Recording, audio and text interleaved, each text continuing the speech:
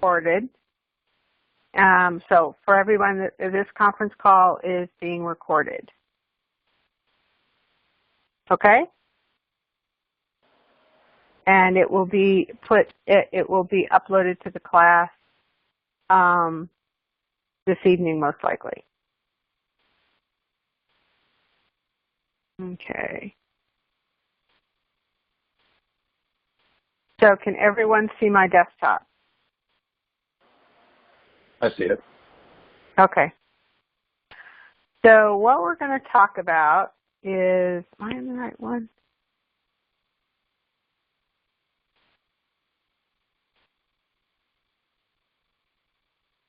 Hold on, I just need to make sure I'm in the right one. Okay.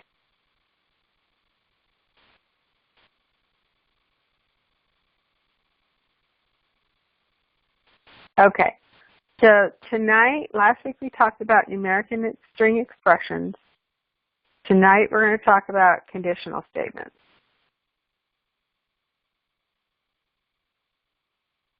Okay, so let me go back to the beginning of this. So first of all, does anybody have any questions about last week?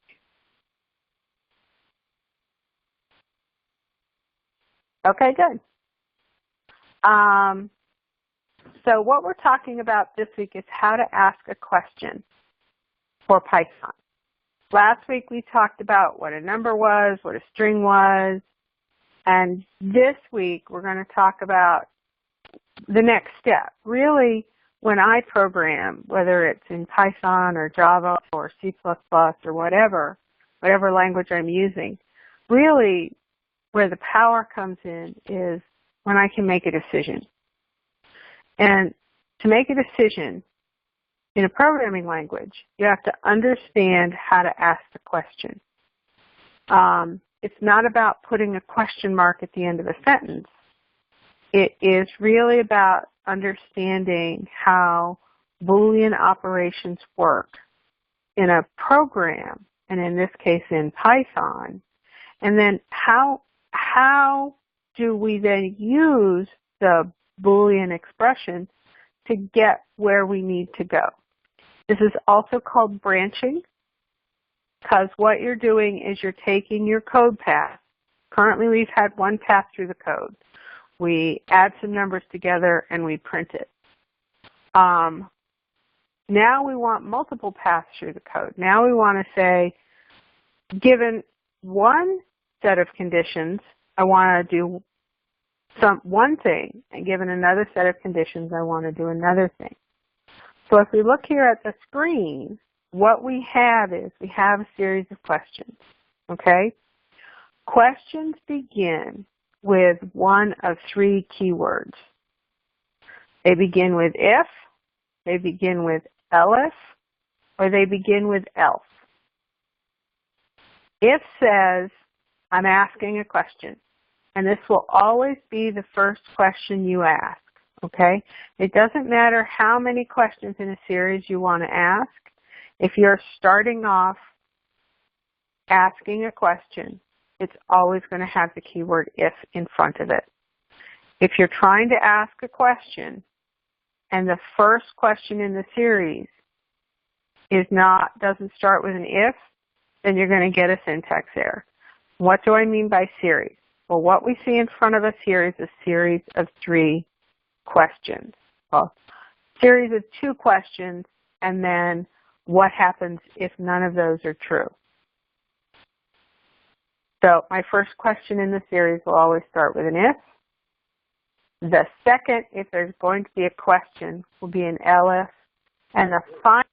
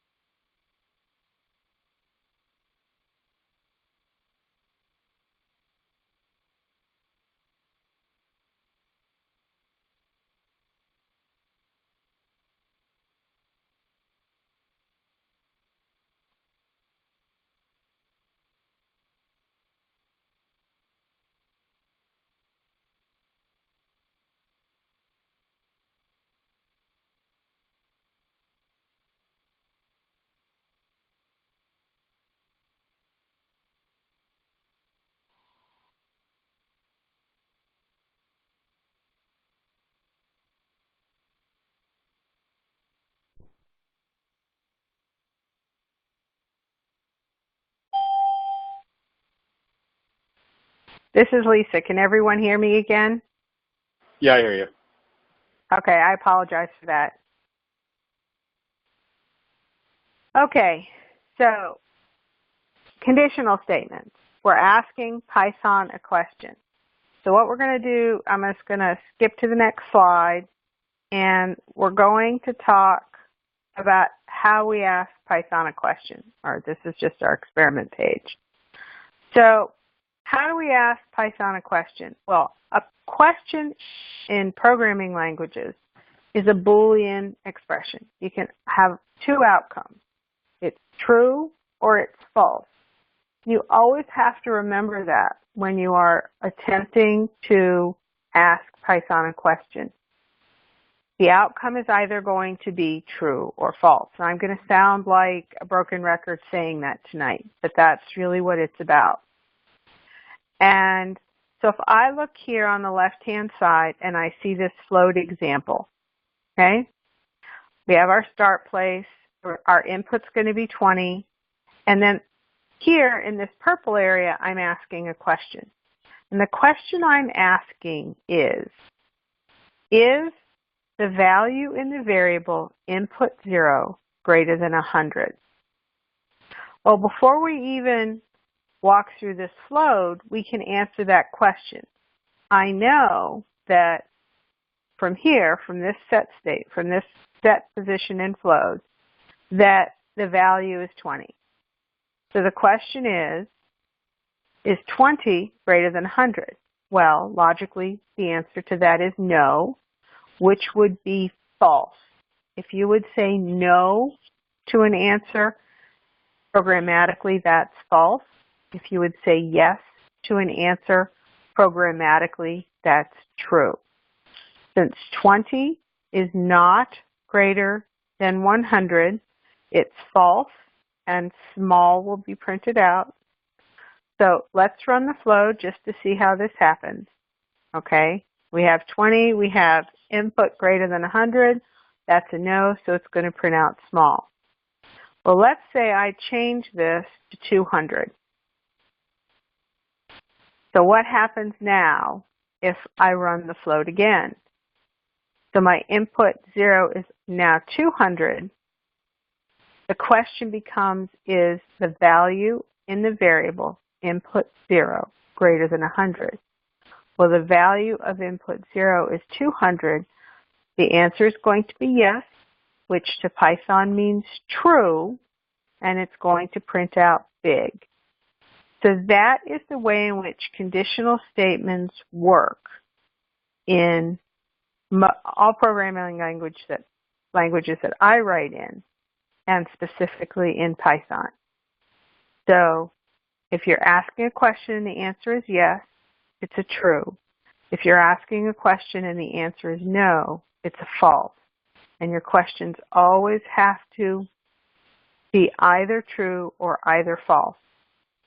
So what we see here in the left-hand pane of the screen is the equivalent to what was in the float. Okay? So just to remind from last week, we're always going to import sys. It's just something we're always doing in Codio. We're going to get a value in. Codio is going to pass it in on the command line, on its virtual command line.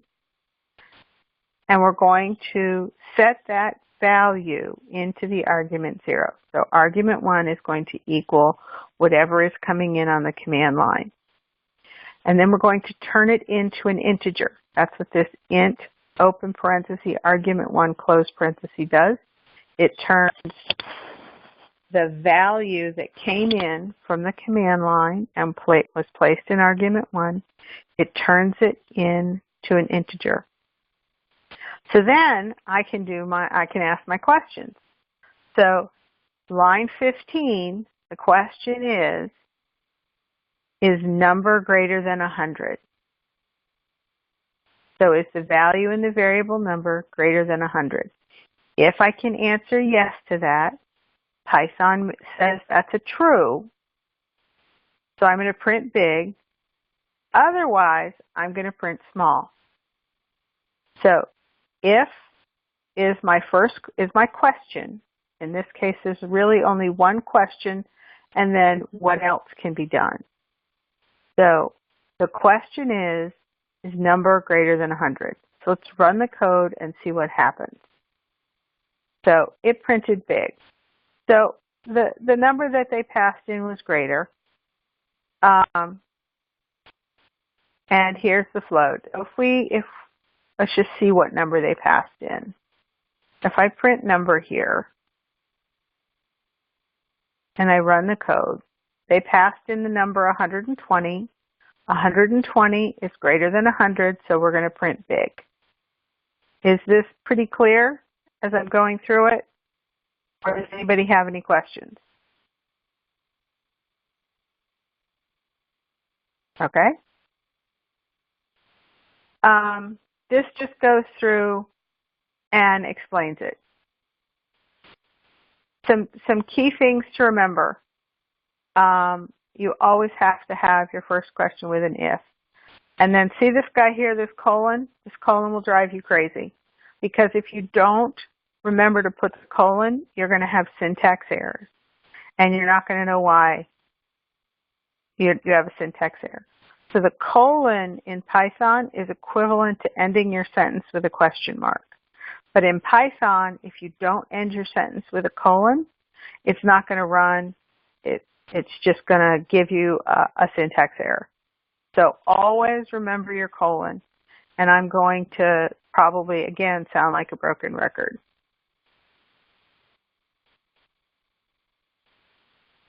So tabs and indenting. This is where the space-delimited nature of Python comes into play. What do I mean by space-delimited? Some languages, like Java, know that the end of the line has come, the end of a code statement has come because you put a semicolon after it. Python is not like that. Python says, if I have a line of code, it begins at a line and it ends at a line. There can't be new lines in it. So let me go back just really quick. If I look at this code, in Python, line 15 is a line of code. Line 8 is a line of code. Line 9 is a line of code. And how do I know? How does Python know it's a line of code? Because I hit the Enter key. Okay? How did it know that print number was a line of code? Because I said print number, and there's nothing else on this line. The only other possible thing that could be on that line is a comment. And this is a comment right here. If it begins with a pound, it's a comment. So we knew that this worked because we saw it work. Let me go back up here. Oh, I don't have run the code. Hold on. There we go. Run the code. We know that worked, but let's see what happened if I did this. If I said print number again, what would Python do?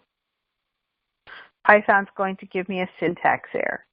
The reason Python is giving me a syntax error is because it doesn't know that this line of code has ended. The line of code doesn't end until here, and it's got two statements on the same line, and you can't do that in Python. That's completely illegal. You can only have one statement per line. So, and this is two statements. Now, if I did this, print number, and then print number on the next line, it would compile completely fine because I have a statement on line 11 and a statement on line 12. So what does this have to do with the space-delimited nature of Python? Just as I can't have two statements on the same line because Python needs that new line to know that it has ended a valid statement, I also have to have things inside of an if block or an else block indented. So I'm going to go back now. Sorry if I'm jumping around a bit. And we're going to talk about this, okay? Why should you indent? Because it's called a code block. The code block starts where this colon is, right here, and it ends when you've either hit your else, you've gone to your else, or you've just gone back and left justified your code again. So after this colon, it is expecting an indent. Python is expecting a tab. And if you don't give Python a tab, Python's going to give you a syntax error. Because Python says, you gave me a colon. If I have a colon, I'm expecting an indent, but you didn't give me an indent. So there's got to be something wrong. So this is just how we communicate to Python. And Python gives us a structured way of doing that, and we have to follow its structure. So what we are doing now is we're following the structure of Python. If we have an if statement and we have this colon, the next thing that has to happen is a tab on the next line. How do you indent?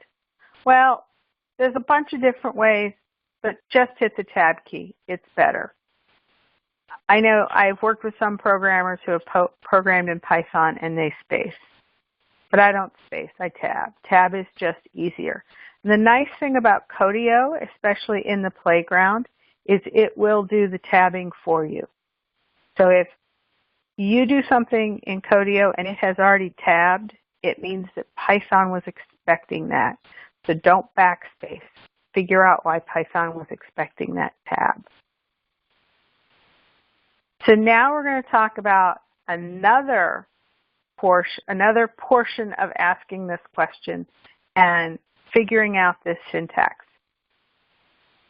In most programming languages, Python being one of them, there is a difference between the double equal sign, this is the double equal sign, and a single equal sign. A single equal sign we have been using all the time. We used it in Module 1, and it is assignment. It says, I have a variable, and I want to assign a value to that variable. And we used it all the time last week.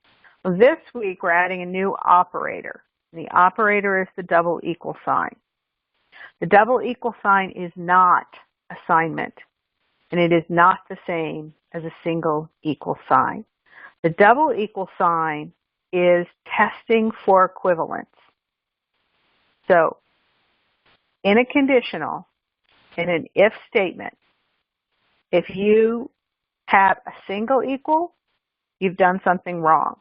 You have to use a double equal. A double equal is used to ask a question, and it is testing for equivalence. A single equal is assignment, and you never do assignment inside of an if statement or when you're asking a question. You only check for equivalence. So in an if statement, always use a double equal. If you're not using a double equal and you're using a single equal, you're going to get an error, a syntax error.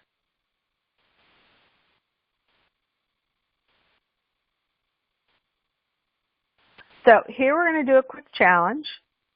And, oh, sorry about that. I think I must have gone through all these challenges. So we'll just do this. Okay. So what's Codio saying? Well, what we're looking for here is we're going to write our first set of if statements. So what Codio says is we will provide you with a number, n. If n is equal to 100, output hit, otherwise output miss. So here, up here on line 3 and 4, Codio says, okay, I'm importing sys, and I'm going to give you some number, and I know it's a number because I'm making it an int. So this is what Codio is giving us. So we know that the variable named n will have some integer defined. So what do we have to do? Well, what we have to do is we have to write an if statement and then its corresponding else. So right here it says, if n equals 100, output hit. So let's do this. So we know that we're asking a question. A question always begins with if. We know our variable n, and it says is equal to 100. So here it means we're testing for equivalence, which means we use the double equal, and the value we're looking for is 100. And here I have to add a colon to tell Python that this is the end of the question that I'm asking. Now, on line 8, you will see my blinker, my cursor is flashing, and it has already been indented in. So Codio knows that because of this colon right here, it's supposed to have indented. So this is where I'm starting my code block. So all I'm going to do here is I'm going to print hit. Now, that's fine. Let's run it and see what happens. Okay, it failed.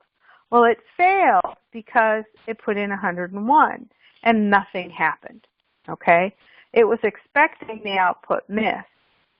And here's where that else statement comes in. And here's where I'm going to start a new block. Okay, now I just hit the enter key.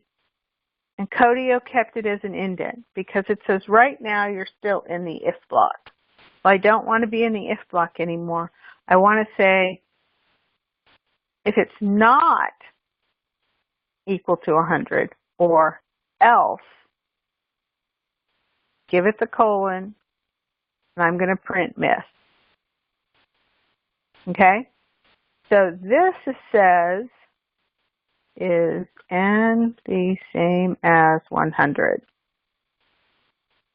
And this says, if n is not the same as 100. So we have if and else. This is a conditional that asks a question.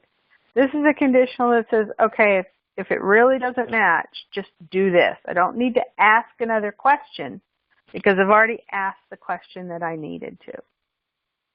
Let's check it, and I'm fine.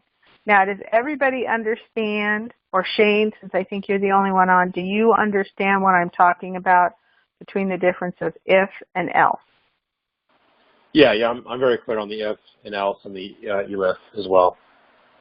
Okay, so are we going over stuff that you don't need to go over right now? I did really well with most of it. I'm actually having the hardest time with the actual last challenge.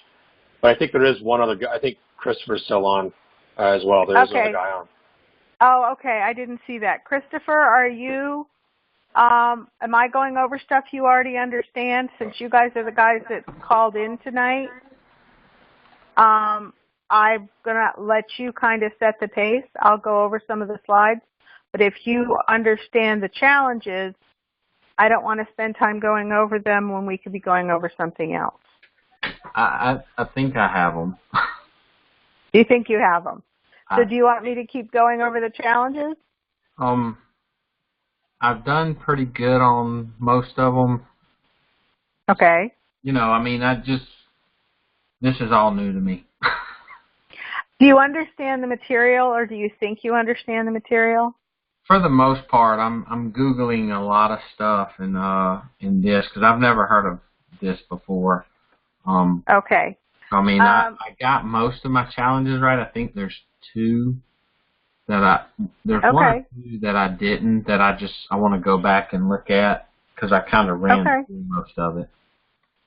Okay, well, we can go through them tonight, and so I'll just keep going through the slides. You guys can chime in and say I don't need to go through that challenge if you want, because that's one of the things I do. If people are calling in, taking the time to call in, I will set the pace depending on what they want. So here we're talking about not equals, and not equals is the opposite of equals. So a not equal sign just says if it is not the same as opposed to it is the same as. So here's our challenge for not equal, and you probably already got this, so I'll just go over it. All I have is, oh, my bad, I'm typing Java. You don't need the, you didn't need the parentheses. This is what happens when I context switch between languages. So we have this thing called string that Codio gave us, and I say if string is not equal to bingo, I end with my colon, I'm going to print missed, else I print it. So this is just one that uses the not equal sign. Okay, so here we have, now we have to ask 2 questions instead of 1. So here is when we have a new keyword called elif, okay? And in this case, I'm asking questions in series.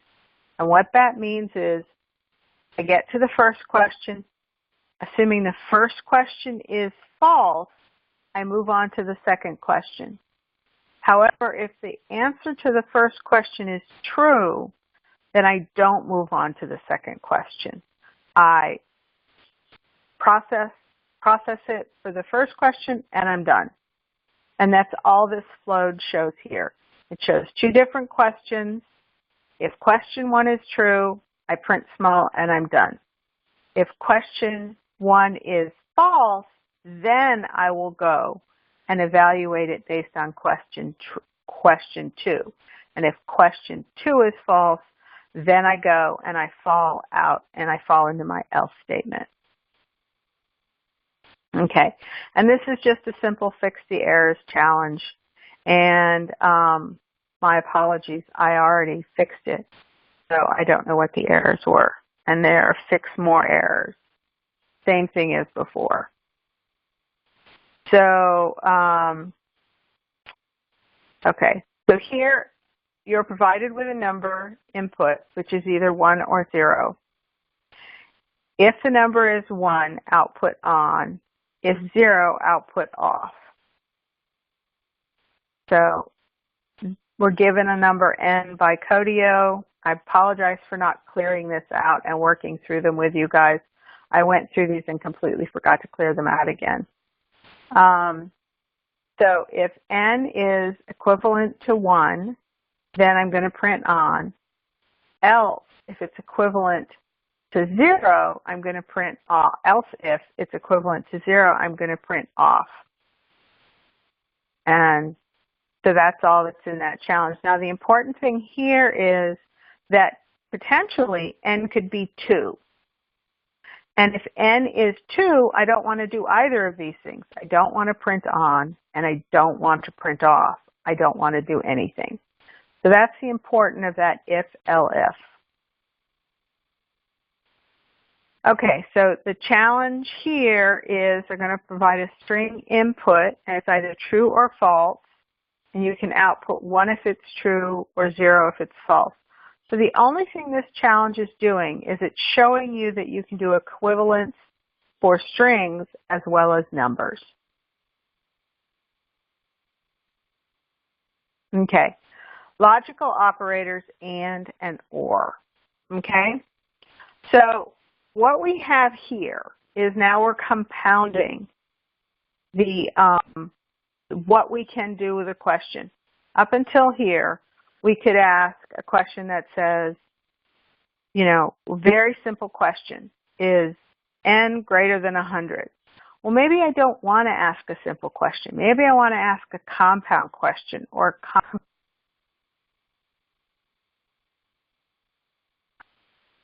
sorry about that. Logical operators make it so that I can ask complex questions to Python. And we have 2 new keywords. We have and we have or. And is inclusive. I'm sorry. And is apologize. And says if this and that. So both have to be true for a statement to be true. Or is only one part of the statement has to be true for the entire statement to evaluate to true. And so basically, we're still going to true or false, okay? The condition, the output of an if statement is always going to be true or false, no matter how many times I have the word and or how many times I have the word or in that statement. So if I run the code for and or, what am I seeing here? Well, I have a complex question that I'm asking. I'm saying, is number greater than or equal to 10 and less than 100? And this is a standard thing we do to figure out if one number is included in a range. So if you ever ask a question about figuring out if a number is in a range, that's what this is doing. So line 4 says, is number greater than 10 and is number less than 100. So this goes from, greater than or equal to 10. This goes from the number 10 to the number 99. So anything that is 10 or not, any number between 10 inclusive and 99 inclusive will the outcome will be true. And here, our number is minus 10. Well, minus 10 is not between 10 and 100. So we know that it's not going to print a 2-digit number. It's going to print a 1-digit number. And our next question says, if number is less than 0 and number is greater than 1,000. So if it's a negative number, if it's a greater number, or if it's, my apologies, if it is a negative number and the number is greater than or equal to 1,000, it's an invalid number, else it's okay. So here's a real quick one. Now, feel free to stop me when you guys get to one that you're not sure about, okay? Okay. Okay. Okay. So here, what they're saying is you're provided with 2 input values which determine the speed of 2 cars. So we have speed 1 and speed 2. Codio's giving them to us. They're both going to be integers. It says if either car is traveling at more than 70, output fast cars, otherwise output okay. So let's talk about what this is really saying. It says if either. Either is an indication, a sure indication, that you should be using the keyword or. This is going to be a complex question, and you're going to use or in that complex question. That's what that's what the word either is telling us in this context. So here I have if speed 1 is greater than 70 or speed 2 is greater than 70, I'm going to print fast cars. Otherwise, I'm going to print okay.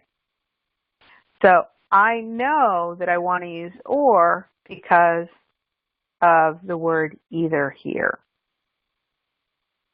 So let's run it. And my input was 71 and 71, and I output fast cars. So that's, when you're reading over the directions, these are some of the things to look for. Okay, 2 fast cars. So here, we're going to ask a series of questions. So with these 3 bullets, I can tell that I'm going to ask a set of questions in series. So here, I see both. What both tells me is that I'm going to use the word and in a complex question. And what I'm saying is if both cars are traveling at more than 70, then output 2 fast cars. My next thing is if one car only is moving at more than 70 miles an hour, print 1 fast car. Well, this only here is an indication to me that I probably am going to want to use the OR keyword. And otherwise just says you're going to have an else statement. So here I have my if statement, and you'll see I'm going to use the AND operator. If speed 1 is greater than 70 and speed 2 is greater than 70, then I really do have two fast cars. Well, let's say I don't have two fast cars. Let's say this evaluated to false. I will then drop to line 10. I say speed 1 is greater than 70 or speed 2 is greater than 70. Here's or. So one car or the other is fast, but not both. Then I'm going to print out one fast car. If neither of these two are true, then I'm going to come down here and print no fast cars. Okay, so here is a categories, and it says you're provided with a person's age and you need to determine what school level they are in. So I can pretty much determine from the fact that I have 3 bullets here in Podio that I'm going to be asking at least 2 questions in series. So the first one is if the age is between 6 and 11, output primary school. If the age is between 12 and 18, output secondary school. Either output and else.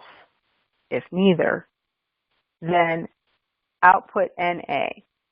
So here I'm going to have to ask a complex question, and it's going to be a question based on range. So I want to know the range inclusive between 6 and 11. So what that is the number 6, 7, 8, 9, 10, and 11.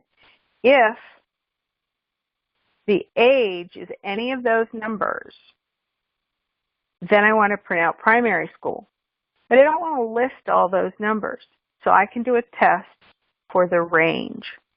So what this test is if age is greater than or equal to 6 and age is less than or equal to 11.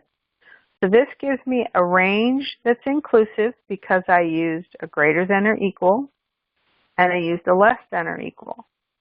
And that will print out primary school. My second question is a range again, and it is if age is greater than or equal to 12 and age is less than or equal to 18. Again, it's a range, and I will print out primary school. Otherwise, I didn't hit any of these conditions, so I'm going to print out NA. And here, the person is 19, and so I'm going to print out NA. Boolean.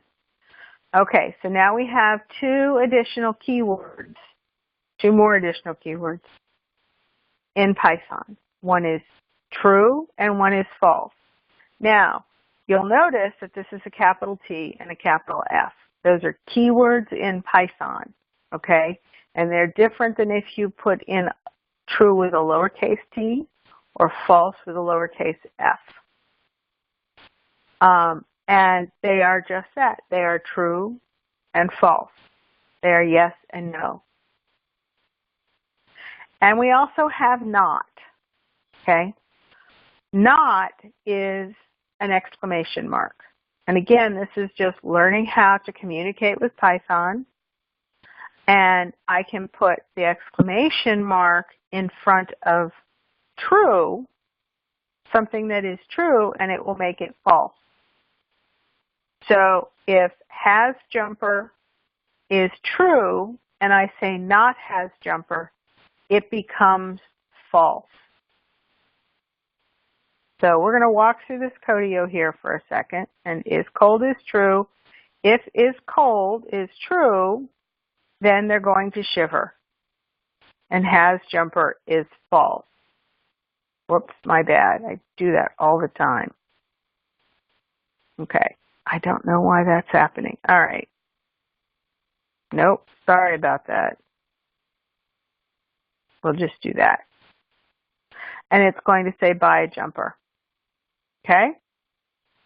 And now I'm going to do something real quick here. I'm going to put a not in front of is cold. I didn't change anything else. I put an exclamation mark there. So what's going to happen? So it says is cold is true. But this time it evaluated to false. It didn't evaluate to true. And it evaluated to false because I put that exclamation mark in front of is cold. Okay? So has jumper is false. And I'm going to now change this back so I don't forget it. But that was the only thing I changed. I just put an exclamation mark in front of cold, which says not cold. Or in this case, it would have been not true. And not true is false. And here is the code equivalent. Okay? So if I run the code, is cold is false.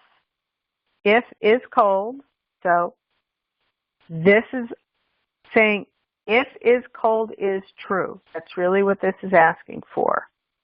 If is cold is true, then we're going to print shiver. Else or otherwise, we're going to print sweat. And this says if not has jumper. So this is really asking if has jumper is false. Oops. F, capital F, my bad. So that's what it's asking. So here's a simple Boolean return, and they're going to provide us with a number n, and if n is greater than or equal to 100, output Boolean true, otherwise we're outputting a false. So here, if n is greater than or equal to 100, print true, otherwise print false. That's all we're doing here. And we're fine. Okay, so here's a little bit more complexity in series. So we're going to ask this is the one that really threw me off. Okay. out of all of them. So I mean, yeah, I did really good on all of them up to this one. This is where I'm like stuck. Okay, that's fine. I'm glad we got to the one you were stuck at. All right, so they're going to pass us two Boolean inputs, cold and rainy. And you should output a single one that's cold or warm and rainy or dry.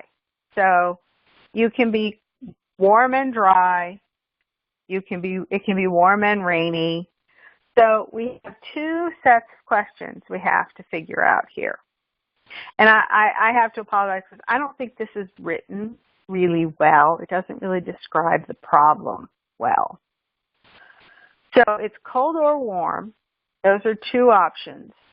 Or rainy or dry. So those are the two opposing things. You're going to have is cold and is rainy. So it's either cold or it's not cold, or cold or warm, and it's either rainy or dry.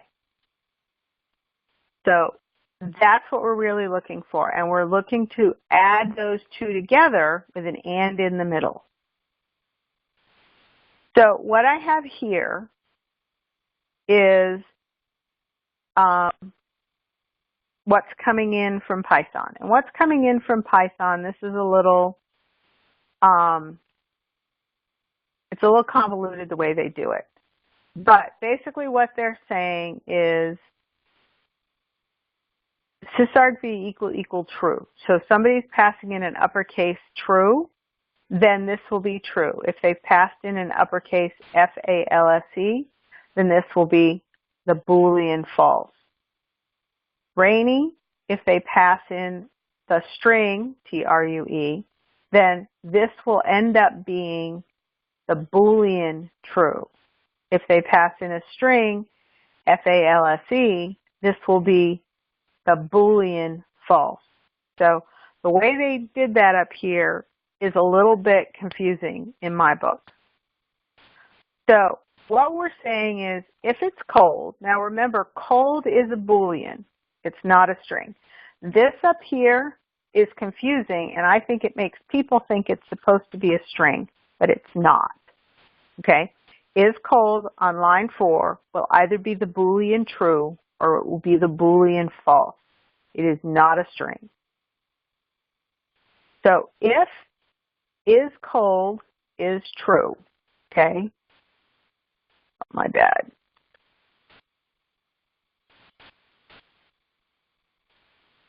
If it's the Boolean value true, then we're going to set a stir equal, hold on.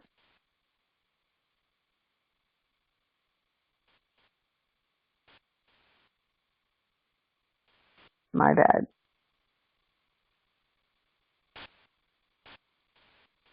Okay, so we need these utility variables right there. So can you go into further detail on the utility variables?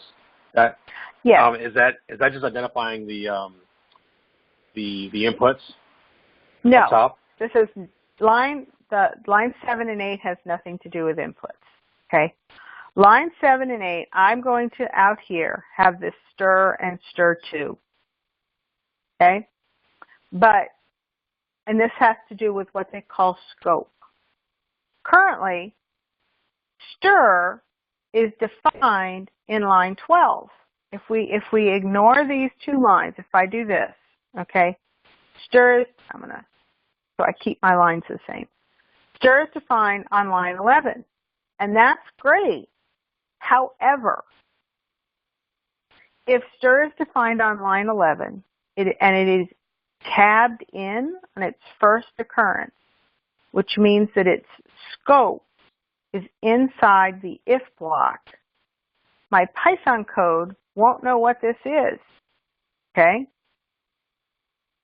It should have never done that.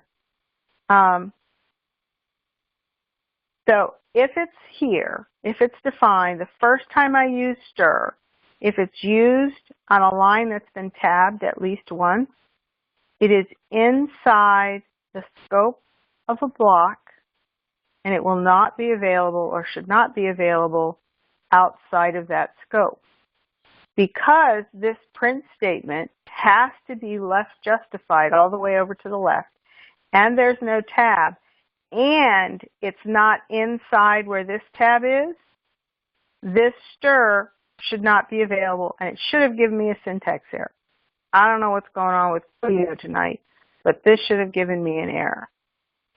So what I'm going to do is I'm going to define a utility variable.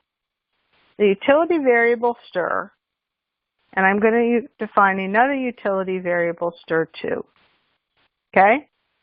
And what these do is these make the first occurrence of the variable stir, or the variable stir 2, outside of that code block. So the first time they're used, it's not indented, it's all left justified. And if this is left justified, it means that it's in the global scope of the program and anything can get to it. Does that help? Or does that confuse things more? No, that makes sense to me. Okay. I'm still confused. Okay. So, and Codio doesn't go into the concept of scope very much.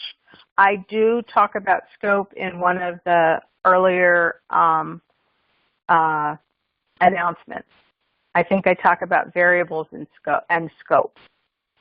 And a variable, all variables in a program have what they call scope.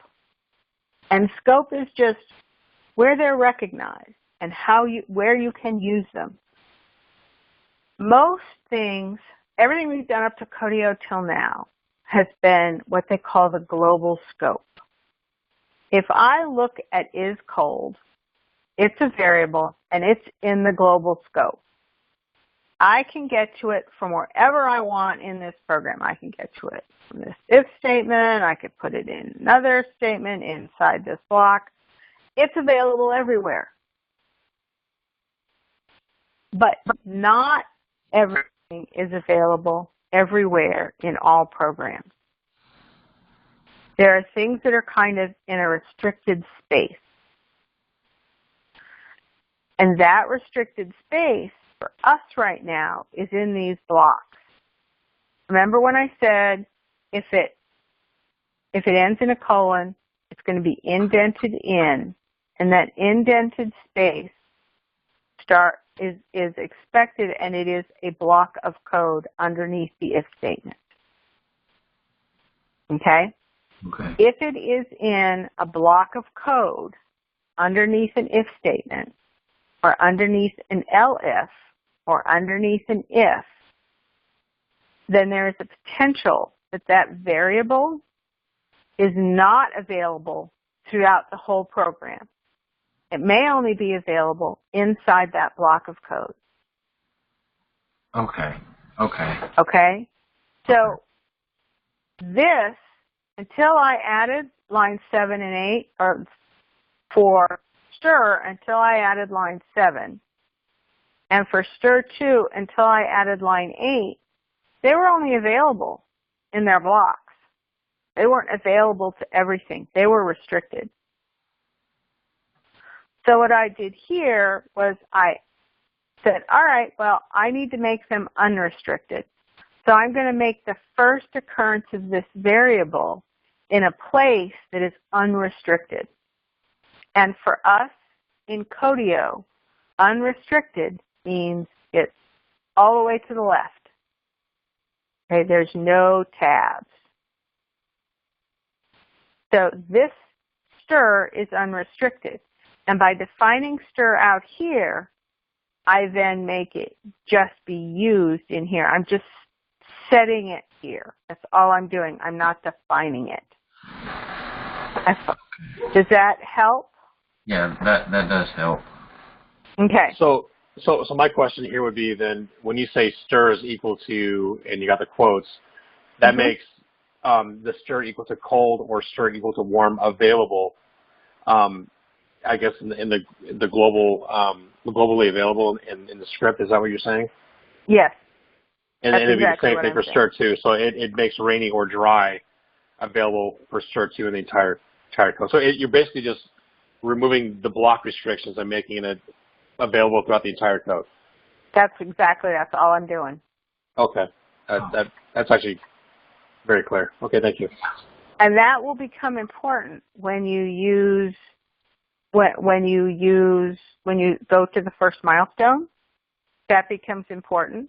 And it will also become very important. Understanding scope and block will become very important when we get into functions. Because you really do have to understand the difference between the global scope and a functional scope. Because they're two different things. So, but you described it very well. That's true. I just made stir and stir 2 available through the whole code. So, if we go to line 10 now, it says if is cold. So what I'm asking, the question I'm asking is cold the Boolean value true? Okay, that's what I'm asking right there. If is cold is the Boolean value true, then I'm going to set stir equal to cold. Else, if not is cold. So this is saying if it, oh, my bad, make it a comment. If is cold is the Boolean value false. Because not true will always be false.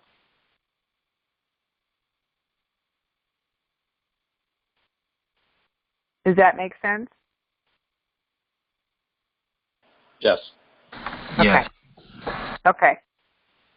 So if the value of is cold is not true, i.e. is false, I'm going to say stir is warm.